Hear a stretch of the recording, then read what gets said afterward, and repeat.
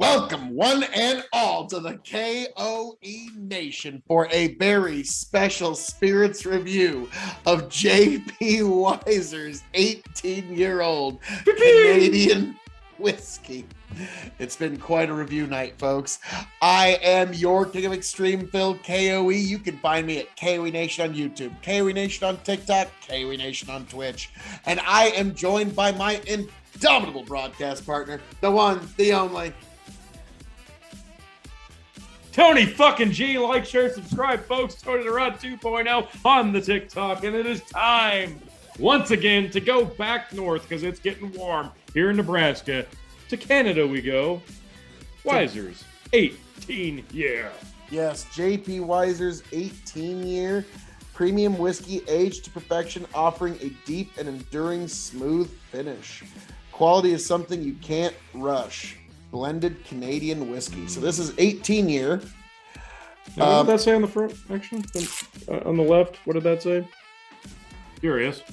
Premium whiskey aged to perfection. Now, I do want to compare this. Sorry, but I must. Complex whiskey with a hint of rye spice, whereas this is a premium whiskey aged to perfection. So, the rye bill must be a slight bit lower on the 18. Oh, suddenly my ears perk up. Because, well, let's be frank. I'm a corn farmer, so You are? anything that involves a higher corn bill, I support. Very nice. Nice, low, Very good, very even. very nice, very evil. Again, I gotta say, I love the presentation of the J.P. Weiser's square bottles. Yes, but yeah, they're Canadian whiskey. I actually got this 18-year as a Christmas gift from my dad 2 years ago, and he loved it.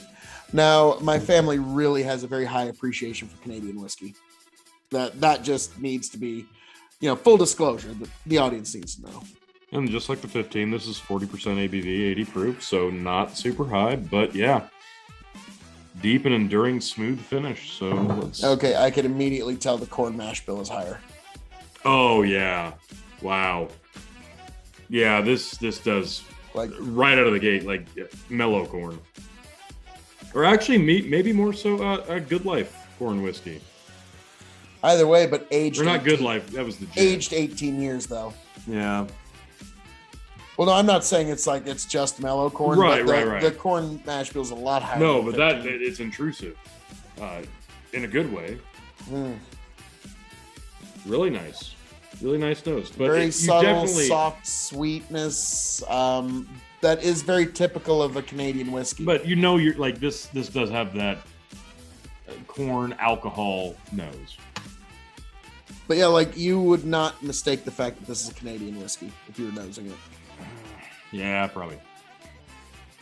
You're probably right. Because the sweetness almost reminds you of Crown, but a better version. Yeah, of it. I know what you're saying. Well, Indeed.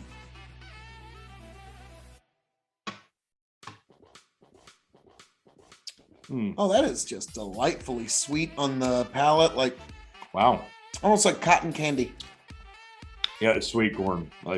I'm overtaken with the corn. But this has a start, finish, and end, and it's all kind of similar. Whereas the other installment definitely had a different start and a finish. It's all kind of in the middle. This is kind of... It all kind of rides the same track. This doesn't go up. This doesn't go down. This just kind of rides the track. This is a good, consistent, you could mix this, you could put it on the rocks, and it would just get a little bit more caramelly sweet. Yeah, this is really, really nice, really, really sweet, really drinkable. But you get in this is it's like the first roller coaster your child rides.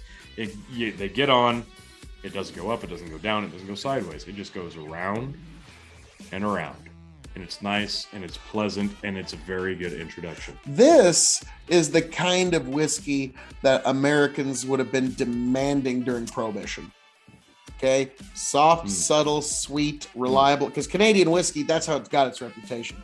I can almost see, a similar discussion, if you've ever seen the show Peaky Blinders, where one of the guys takes a few drops of spirit, puts it on his smells like that. And he goes, the Americans will want it sweeter. Because, yeah, this is just that sweetness that you get with your alcohol that Americans craved during Prohibition.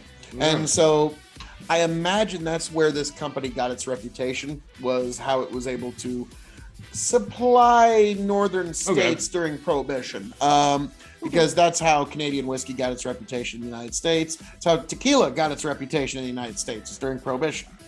So this one is quite interesting. And I gotta say, I enjoy it a hell of a lot more than the 15, just personally. It's very nice. Very, very nice.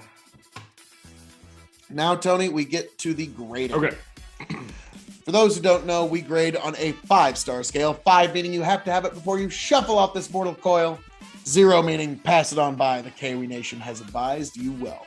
So we're going to grade this as a Canadian whiskey, as a cask-aged spirit. It's shelving, and for those new to the show, the secret 5th question. So, Tony, as a Canadian whiskey, how are you going to rate this? 4.75. I'm going to agree with you. This is an excellent proof of type. Its age statement gives it nothing but credibility. Yeah. If I was to put this down in front of somebody, say, Canadian whiskey. But good. That, yes, that too. You would be giving people a fairly good proof of type of what that whiskey is. No, you'd be giving people a better proof of type. That's fair. Yeah. Now, as a whiskey, I'm going to go 3.5. Really solid whiskey. It's a little low on the ABV and proof, but no, like I said, solid through and through in the flavor. I'm going to give it 3.75 because it's also an excellent gift whiskey. Okay. But I'll get to that a little later. As a cask-aged spirit, I'm going to go 3.75 because they found it's 18 years, obviously. Really good age statement, but it's kind of, like I said, it's through and through, start, middle, finish. It all, to me, kind of rides that same track. So I want a little bit more in terms of depth and complexities from start to finish, but this one kind of rides that same track. So hurts a little, but it's a good flavor, start to finish. I'm going to go 3.75. Just because excellent stuff, but like you said, there's a simplicity there that some won't like. Me, I love it, but 'tis what it is. Yeah. Now, it's shelving. I'll just go ahead and rip this Band-Aid off. It's 18 years, but it's still going to be sitting on my middle shelf. I'm trying to find a reason to put it on my top. I can't exactly justify it. It's going to sit next to my 15-year. Yep. And it would do the same on mine. Yeah. So, the secret 5th question, for those who do not know, is when this bottle runs out, will I seek another one? I paid $56 USD for an 18-year-old whiskey. Okay. I would say that's one of the better values in high age statement whiskeys, to be frank. Canada is one of the places you go if you don't want to spend a fortune on high age statements. So I would go with yes, and it is my ultimate quintessential gifting whiskey. So, yeah, I'm probably going to be giving J.P. Wiser's a few more of my coin over my lifetime. Yeah, at that price, I'd pick this up. For sure. Oh, yeah. So, T, anything you'd like to say to the people? No, this is very nice. It's very drinkable. It's very smooth, very pleasant, and very legal. Nice. Well, folks, as I'm known to say around here, all that being said, thank you for joining us for the K.O.E Nation review of J.P. Wiser's 18-year. Justin Trudeau, please don't shut down our checking accounts for not giving it a high enough ratings. Folks, thank you for being here. Thank you for joining us. Please like, share, subscribe to K.O.E Nation on YouTube. Follow me on Twitch and TikTok. And I hope every last one of you makes it back here happy, healthy, much the wiser. T, take it away.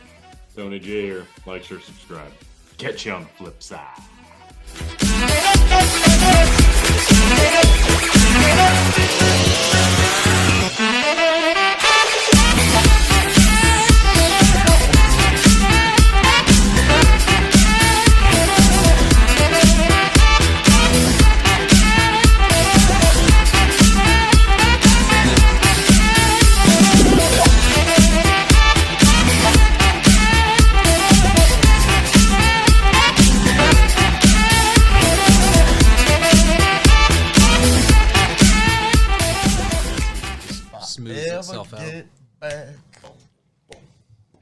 tell you what I'll do.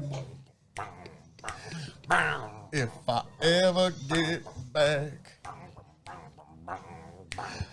I promise to refabricate you, raging rivers of gold.